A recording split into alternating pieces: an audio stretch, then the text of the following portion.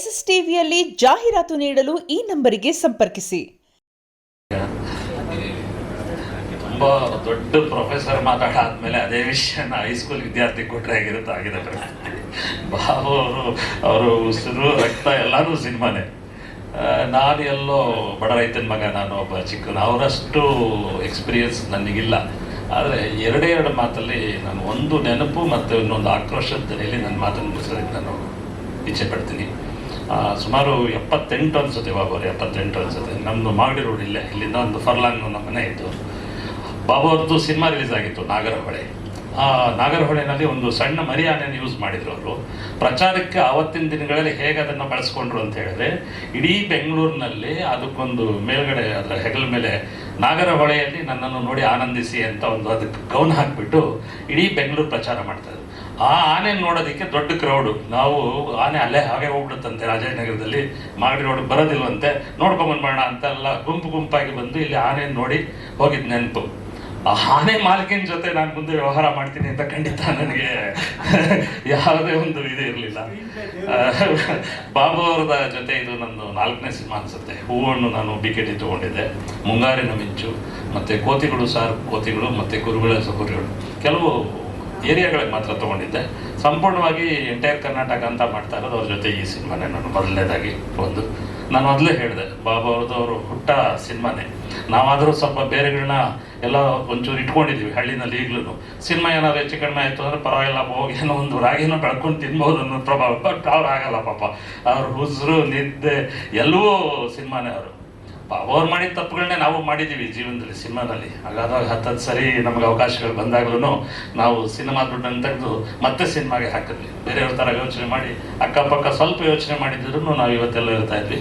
ಆದರೆ ಆ ಸಿನಿಮಾ ಪ್ರೀತಿ ಅನ್ನೋದೊಂದು ಇದೆಯಲ್ಲ, ಅದು ಕರ್ಕೊಂಡೋಗ್ಬಿಡುತ್ತೆ, ಅದು ಎಳ್ಕೊಂಡೋಗ್ಬಿಡುತ್ತೆ ಅಂದರೆ ತಪ್ಪಾಗಲಿಕ್ಕಿಲ್ಲ. ಸೊ ಹಾಗೆ ಒಂದು ವಾರದಿಂದ ಬಾಬು ಅವ್ರ ಬಗ್ಗೆ ಈ ಮಾತುಗಳನ್ನ ಕೇಳಿ ಮತ್ತೆ ನಾನು ಅದು ಹೇಳೋದು ಚೆನ್ನಾಗಿರಲ್ಲ. ಅವರ ಸಿನಿಮಾ ಪ್ರೀತಿ ಬಗ್ಗೆ ಯಾರು ಪ್ರಶ್ನೆ ಮಾಡೋವಂಥದ್ದಲ್ಲ, ಅದು ಎಲ್ರಿಗೂ ಗೊತ್ತಿರೋ ವಿಷಯ. ಇನ್ನೊಂದು ಆಕ್ರೋಶದ ಒಂದು ದನಿಯನ್ನು ನಾನು ಇಲ್ಲಿ ಎತ್ತಲೇಬೇಕಾಗಿದೆ. ಈಗ ಎಲ್ಲರೂ ಮಾತಾಡಿದಿರ ಬಗ್ಗೆ, ಅದು ನಾನು ಸ್ವಲ್ಪ ಅಧಿಕಾರಯುತವಾಗಿ ಮಾತಾಡಬಲ್ಲೆ. ಯಾಕಂದರೆ ಇವತ್ತಿನ ಪರಿಸ್ಥಿತಿ ಏನು ಅಂತ ಹೇಳಿದ್ರೆ, ಸಿಂಗಲ್ ಸ್ಕ್ರೀನ್ ಥಿಯೇಟ್ರ್ಗಳು ಮತ್ತು ಎಲ್ಲ ಡಿಸ್ಟ್ರಿಕ್ಟ್ ಹೆಡ್ ಕ್ವಾರ್ಟರ್ಗಳಲ್ಲಿ ಥಿಯೇಟ್ರ್ಗಳು ಮುಚ್ತಾ ಇದ್ದಾವೆ. ಬೆಂಗಳೂರು ಸಿಟಿನಲ್ಲಿ ಮಲ್ಟಿಲಿಂಗ್ವಲ್ ಹೋಗೋ ಕಡೆ ಸಿನಿಮಾ ಥಿಯೇಟ್ರ್ಗಳು ಜಾಸ್ತಿ ಆಗ್ತಾ ಇದೆ, ನಿಜ, ಒಪ್ಕೊಳ್ತೀವಿ. ಆದರೆ ನಮಗೆ ಕನ್ನಡ ಚಿತ್ರರಂಗಕ್ಕೆ ಬೆನ್ನೆಲುಬು ಆಗಿತ್ತಂಥ ಚಿತ್ರಮಂದಿರಗಳು ಇವತ್ತು ಬಹುತೇಕ ಮುಚ್ಚಿ ಹೋಗ್ತಾ ಇದ್ದಾವೆ. ಯಾಕೆ ಅನ್ನೋದು ಪ್ರಶ್ನೆ. ಆದಿತ್ಯ ಅವರು ಭಾಗ ಹೇಳಿದ್ರು, ಮಲ್ಟಿ ಸ್ಟಾರ್ ಕಾಸ್ಟ್ ಪಿಕ್ಚರ್ಗಳು ನಮ್ಮಲ್ಲಿ ಬರಬೇಕು. ಇವತ್ತು ಮೋಹನ್ ಲಾಲ್ ಥರದವರು ವರ್ಷಕ್ಕೆ 4 ಸಿನಿಮಾ ಮಾಡ್ತಾರೆ, ಈ ಸಿನಿಮಾ ಮಾಡ್ತಾರೆ.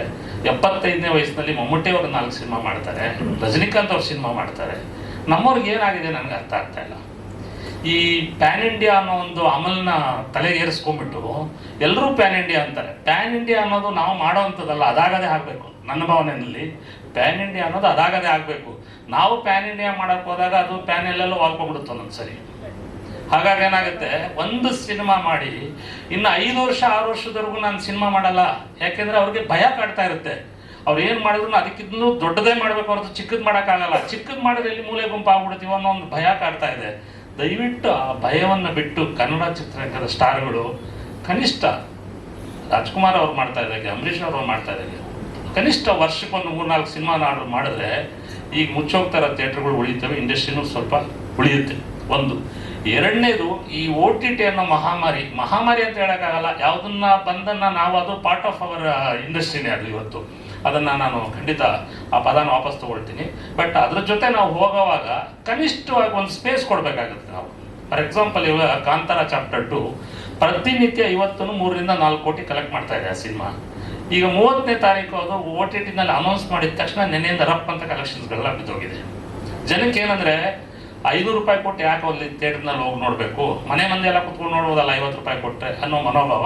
4 ವಾರಕ್ಕೆ ಶತಸಿದ್ಧ ಆ ಸಿನಿಮಾ ಬಂದೇ ಬರುತ್ತೆ OTTನಲ್ಲಿ ಕನ್ಫರ್ಮ್ ಆದರೆ. ನಾನಾಗಲಿ ನೀವಾಗಲಿ ಯಾಕೆ ಹೋಗ್ತೀವಿ ಥಿಯೇಟ್ರಿಗೆ ಅಲ್ವಾ? ಸೊ ಇದನ್ನು ದಯವಿಟ್ಟು ದೊಡ್ಡ ನಿರ್ಮಾಪಕರು ಏನಿದ್ದಾರೆ, ಸಣ್ಣ ನಿರ್ಮಾಪಕರು ಇವತ್ತು ಅವ್ರನ್ನ ನಾವು ತಡೆ ಹಿಡಿಯೋಕ್ಕಾಗಲ್ಲ ಪಾಪ. ಅಂದರೆ ಅವರು ಅವರ ಲೆವೆಲ್ಗೆ ಪ್ರಚಾರನೂ ಮಾಡೋಕ್ಕಾಗಲ್ಲ. ಅವರು ಸಿನಿಮಾ ಹೇಗೆ ಹೋಗುತ್ತೆ ಅನ್ನೋದು ಗೊತ್ತಾಗಲ್ಲ. ಅವ್ರಿಗೆ ಸೇಫ್ಟಿಗೆ ಏನೇನು ಬೇಕೋ ಅದನ್ನೆಲ್ಲ ಮಾಡ್ಕೊಂಡು ಪಾಪ ಮಾಡಬೇಕಾಗುತ್ತೆ. ಈ ದೊಡ್ಡ ಸಿನಿಮಾ ದೊಡ್ಡ ನಿರ್ಮಾಪಕರು ಅಂತ ಏನು ಕರೆಸ್ಕೊಳ್ತಾ ಇದ್ದಾರೆ, ನನ್ನ ರಿಕ್ವೆಸ್ಟು ಈ ವೇದಿಕೆ ಮೂಲಕ, ಕನಿಷ್ಠ ಒಂದು 8 ವಾರಗಳ ಕಾಲ ಆದ್ರೂ ಅವಕಾಶ ಕೊಡಿ. 3 ವಾರ 4 ವಾರಕ್ಕೆ ನಿಮ್ಮ ಸಿನಿಮಾ OTTಯಿಂದ ಬಂದುಬಿಟ್ರೆ ನಿಮ್ಮ ಸಿನಿಮಾ ಗಳಿಸ್ಬೋದು, ಬಟ್ ಆ OTT-ನಲ್ಲಿ ಬಂದ ದಿವಸ ರಿಲೀಸ್ ಆಗ್ತಂತ 10 ಸಿನಿಮಾಗಳು ಮಲ್ಕೊಂಡ್ಬಿಡ್ತಾವೆ ಅವತ್ತು. ಈ ರೀತಿ ಆಗ್ತಾ ಇದೆ. ದಯವಿಟ್ಟು ಇದು ನನ್ನ ಕಳಕಳಿಯ ಪ್ರಾರ್ಥನೆ. ದೊಡ್ಡ ಸಿನಿಮಾಗಳು ಈ ಮೂಲಕ ನಾನು ರಿಕ್ವೆಸ್ಟ್ ಮಾಡ್ತಾ ಇದ್ದೀನಿ, ಕನಿಷ್ಠ 8 ವಾರಗಳ ಅವಕಾಶ ಕೊಟ್ಟರೆ ಸಿನಿಮಾ ಇಂಡಸ್ಟ್ರಿ ಇನ್ನೊಂದು 8-10 ವರ್ಷನಾದರೂ ಬದುಕುತ್ತೆ. ಇಲ್ಲಾಂದರೆ ಬೇರೆ ಥರದ ಸ್ವರೂಪದಲ್ಲಿ ಸಿನಿಮಾ ಇರುತ್ತೆ. ಸಿನಿಮಾ ಯಾವತ್ತೂ ಸಾಯೋದಿಲ್ಲ, ಸಿನಿಮಾ ಇರುತ್ತೆ. ಆದರೆ ಸಿನಿಮಾಗೆ ಆದ 3 ವಲಯಗಳಲ್ಲಿ 1 ವಲಯ ಮಾತ್ರ ಉಳ್ಕೊಳ್ಳುತ್ತೆ, ಇನ್ನೆರಡು ವಲಯಗಳು ಸತ್ತೋಗ್ತವೆ ಅನ್ನೋದನ್ನು ಮಾತು ಹೇಳಿ ಮುಗಿಸ್ತಾ ಇದ್ದೀನಿ. Thank you.